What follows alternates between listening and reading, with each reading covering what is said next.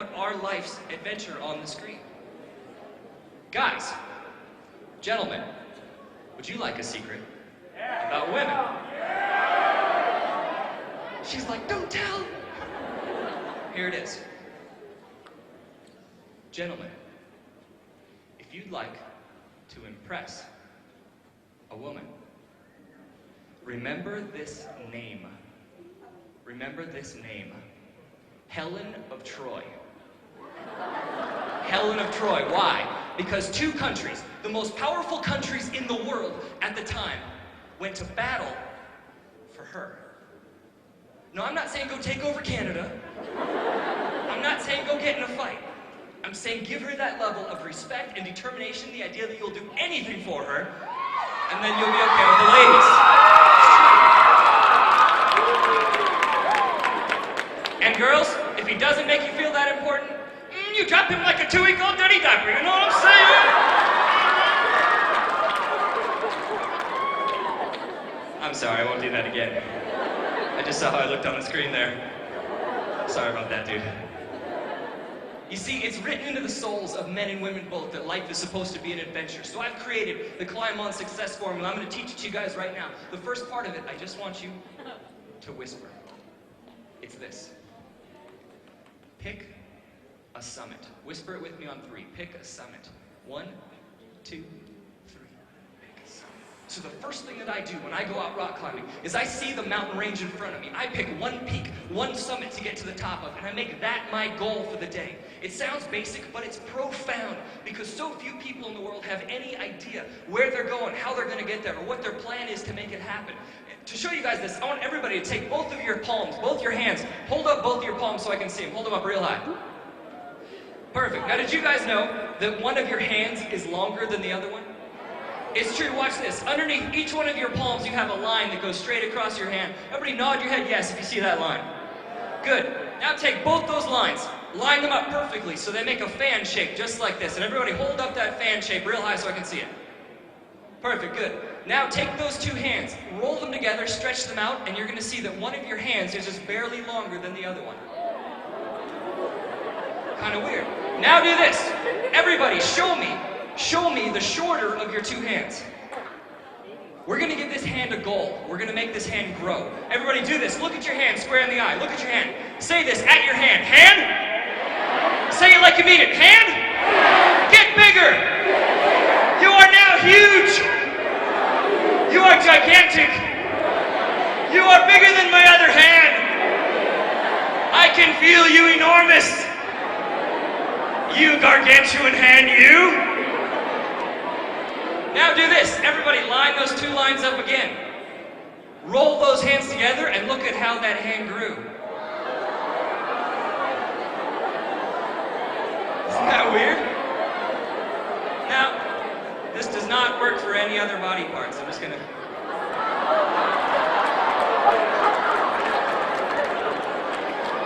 Oh, you guys are sick. I'm talking about like feet or arms.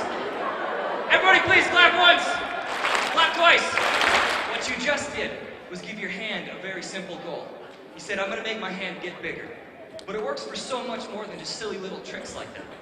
The first time that I learned the power of picking a summit was my very first day of college. My professor walks in. He's got his briefcase. Kind of a timid guy. Sets it down. He says, class, your assignment for the next week is to write out 100 goals for your life. It's like, what, 100 goals? He says, if you do not do this assignment, you will flunk my class. Guess I have to do it. So I was just a little punk kid, and I pull out the notepad and pen, and I was just like, number 1, finish this assignment. Number 2, get to number 3. But the more I started goofing off with it, the more I realized I couldn't fudge the whole assignment. So I started putting down real goals for myself and for my life. I wrote down goals like graduate from college with honors, write a book by the time I turn 20, visit every continent on the planet, in fact, climb to the tallest mountain, the tallest peak of every continent on the planet, become fluent in Spanish and in Mandarin Chinese, snowboard through a flock of penguins in Antarctica. I wrote down goals like ride elephants in Thailand, wrestle a giant carp in Cambodia, give away $1 million to charity over the course of my lifetime. I wrote down the people I wanted to meet, the places I wanted to go, the things that I wanted to do. To date, I've finished 40 of them, and I can guarantee you that by the day I die, I'll have all 100 of them crossed off the list.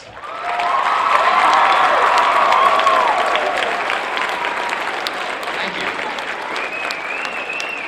And you know, that feels really cool if you guys applaud for that.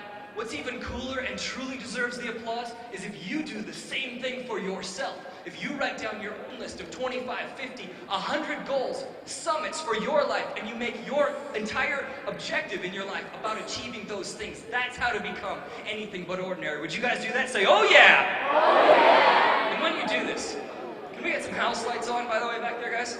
When you do this, does anybody here know how to make a flea circus? What? A flea circus. Here's how you do it. A little flea, a little bug that's no bigger than a button on your cell phone can jump off the ground 25 to 30 feet straight up into the air. So that's like a little bug jumping off the floor here, jumping up and hitting the ceiling. So to make a flea circus, you take a whole bunch of these bugs, put them in a jar. Take a piece of cardboard, cover the jar. Well, now these dumb, idiot, moron fleas are like at the bottom of this jar, and they jump up with that 20 or 30 foot force jump, slam their heads into the ceiling, and they fall back down. So they do it again. Bottom of the jar, leap up, slam their heads in the cardboard, and they fall back down. They keep doing this over and over and over again until sooner or later the flea starts to associate or connect pain with jumping high. So you take these fleas, dump them out of the jar. For the rest of their lives, those fleas will only jump however high that piece of cardboard was set. And before you look at the flea and you're like, stupid flea. Think about how it applies to you and I. Because do you remember when you were a kid and anything was possible? It's like one day you're going to be a firefighter, the next day you're going to be this incredible football star, the day after that you're going to have this amazing family, then you're going to be a NASA space astronaut and you're going to fly to the moon. You remember how fun that time was? I don't know about you, but I don't think that we dream like that anymore. Because somewhere along the course of our lives, somebody told us, no, you're not good enough, you're not from the right race or background or religion, your family doesn't have enough money, whatever the case may be, and we stopped dreaming like we did when we were kids. My challenge to you is when you come up with these 25, these 50, 100 goals for your life, pretend like nobody has ever told you no. That's the first part of the Climb On Success formula. Pick a summit. The second part, I want you guys to yell out as loud as you possibly can. It's this. Gear up. Say it so that cars driving down the street are like, whoa, what the heck was that? Okay? It's gear up on 3. 1, 2, 3. Nice, sweet energy. So the next thing that I do after I pick the mountain I'm going up, I make a plan in order to get up that actual climb. And it's the form of my harness. So I take different pieces of equipment and put them on my harness. In order to show you guys what I mean by this, I need everybody to stand up right where you're at. Once you've stood up, everybody take both hands, put both hands above you. Stretch out, go up on your tippy toes and say, ooh, that feels good. Go down off your tippy toes, take your left hand, put your left hand down, take your right hand, point your right hand straight forward just like this. Now do not do it yet. Wait till I say go. What you're going to do with that right hand is spin around, keep your feet totally planted, spin around in a circle to your right. Miss your neighbor's head. Continue to spin around and get a visual spot on the wall of what the furthest point around is you can possibly spin to. Okay, so you're just going to get that visual spot. Here we go, everybody point that hand straight forward, spin to the right, miss your neighbor's head, get that visual spot of the furthest around point you can possibly spin to. Now do this, everybody come back to me, come back to me, come back to me. Take that right hand, point your right hand down towards the floor. Everybody please close your eyes. Now do not do it, do not physically do it, but imagine yourself spinning around in that circle. Only this time, you feel all loose, you're limber, you're stretched out. You smack your neighbor in the jaw? No, just kidding. Miss your neighbor's head, you continue spinning around, only this time, because of how loose and limber you feel, you get to that same spot. You go 6 inches past it, a foot past that spot, a foot and a half right past that spot because of how loose and limber and stretched out you feel. Everybody see that spot? Say yes. Everybody open your eyes. Lift that right arm up just like you did before. Spin around in that circle and look at how much further you can go this time because you made that plan. Isn't that weird? Once you've done that, give yourselves a round of applause and take a seat.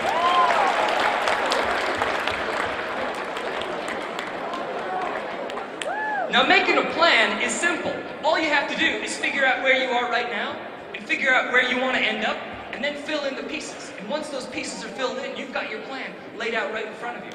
Now, think about this. If you know where you're going, you know what your plan is to get there, what's left? Yeah, go do it. Take action on your dreams. That's where the real juice of life is when you take action. And I was once struck by lightning on a mountain called Mount Columbia in Colorado. Would you guys like to hear that story? Say, oh yeah. Here's how it went. We're going to take this whole audience right now and we're going to transform it. So no longer are you guys going to be in an audience in this, the convention center here. We're going to be on top of a mountain called Mount Columbia in Colorado. And it's a 14,000 plus foot peak. So all you guys at the front there, you guys are going to be the base of the mountain. Everybody in the back, how you guys doing in the back? Cool. You guys are going to be at the top of a mountain. I'm with a student of mine, and his name is Jason. And Jason has a case of what's called altitude sickness.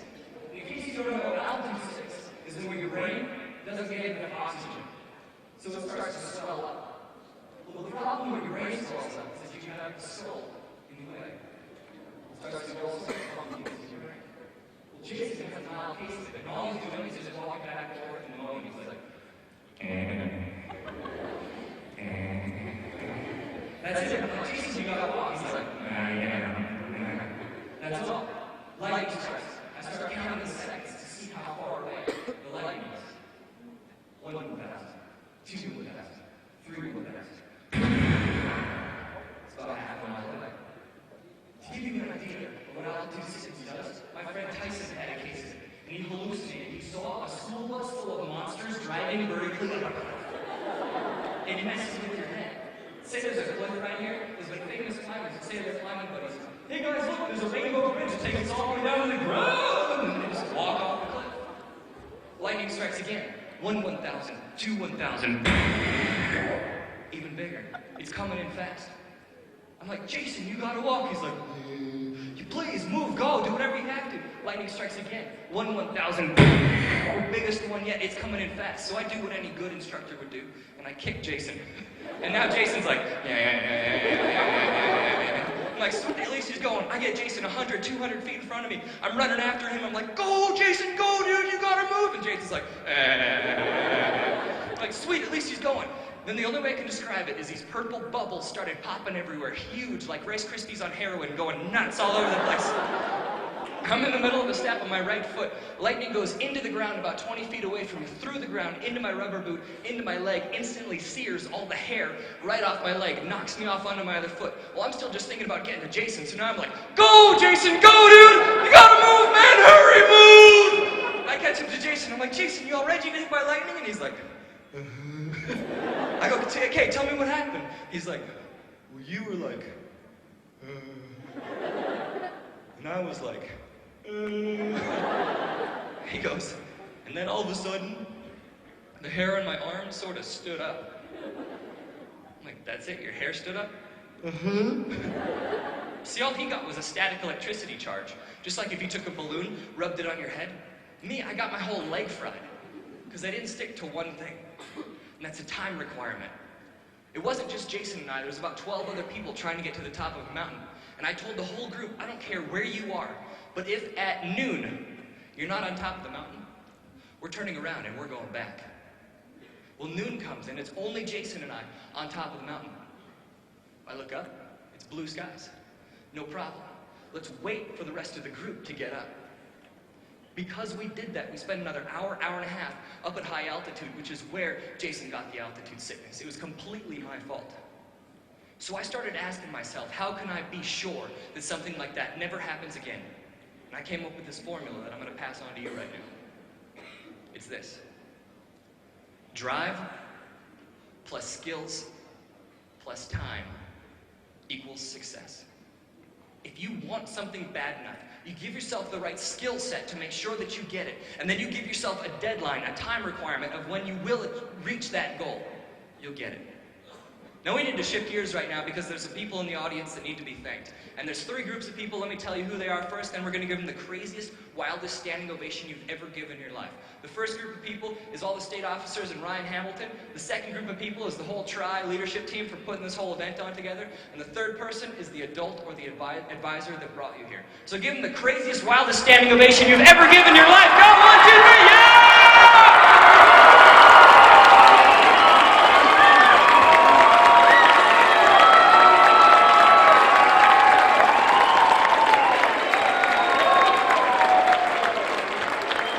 Nice, that's awesome, good energy. Now, I need to also ask you guys a question. How many of you guys, raise your hands, feel like you gained something good out of this little session right here, or you're reminded of something you needed to hear? If that's true, put up your hands. Awesome, that's everybody here. Give yourselves a round of applause then for being a good audience. That's cool.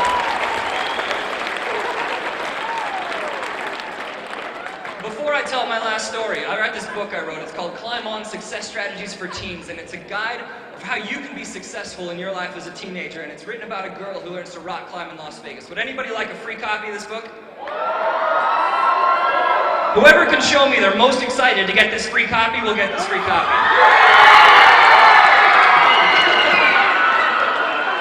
Now look, my whole talk was about getting up and taking action. That's exactly what these 2 guys did. Give them a round of applause. Would anybody else like a free copy? I'll chuck this one. Careful over there, guys. Would anybody else like a copy? That's awesome. If you like, I'll be selling them over there for $10 a piece. Now listen, if you like a book, they retail for $14.95. I will sell them over there for $10 a piece. Is that a deal or is that a deal? I didn't quite get enough of that's a deal, so here's what I'm going to do. If you guys team up with 2 other people, or if you're an advisor and you want to get some for your students, I'll give you guys 3 of them for $20. That's like just under $7 for each book. Is that a deal or is that a deal?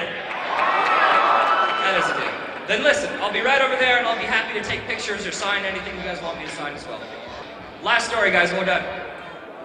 I didn't finish that story from the very beginning when I'm hanging there, convinced I'm about to die. Now there's a move in the climbing world called a dyno. And in case you don't know, a dyno is when you literally throw yourself up off the cliff, fly through the air, and using whatever you can, you grab on. It's extremely dangerous, but it's a good way to get an extra 2 or 3 feet. And I knew that's what I needed to do. So I started counting down. 3, life or death decision for 2 people. 2, hope this works out. 1. And with every bit of force and effort I could muster up, I launched myself up off the cliff. I'm flying through the air like in slow motion. Take my hand, stick it on the rock like the jaws of a Burmese tiger. Take a clip off my harness, send it through the bolt, take my rope right through the clip. And I was safe. I made it. Anything but ordinary. And you guys can do the same thing. If you pick a summit, gear up, and climb on. Thanks a lot, everybody. I really appreciate your time. Thank you very much.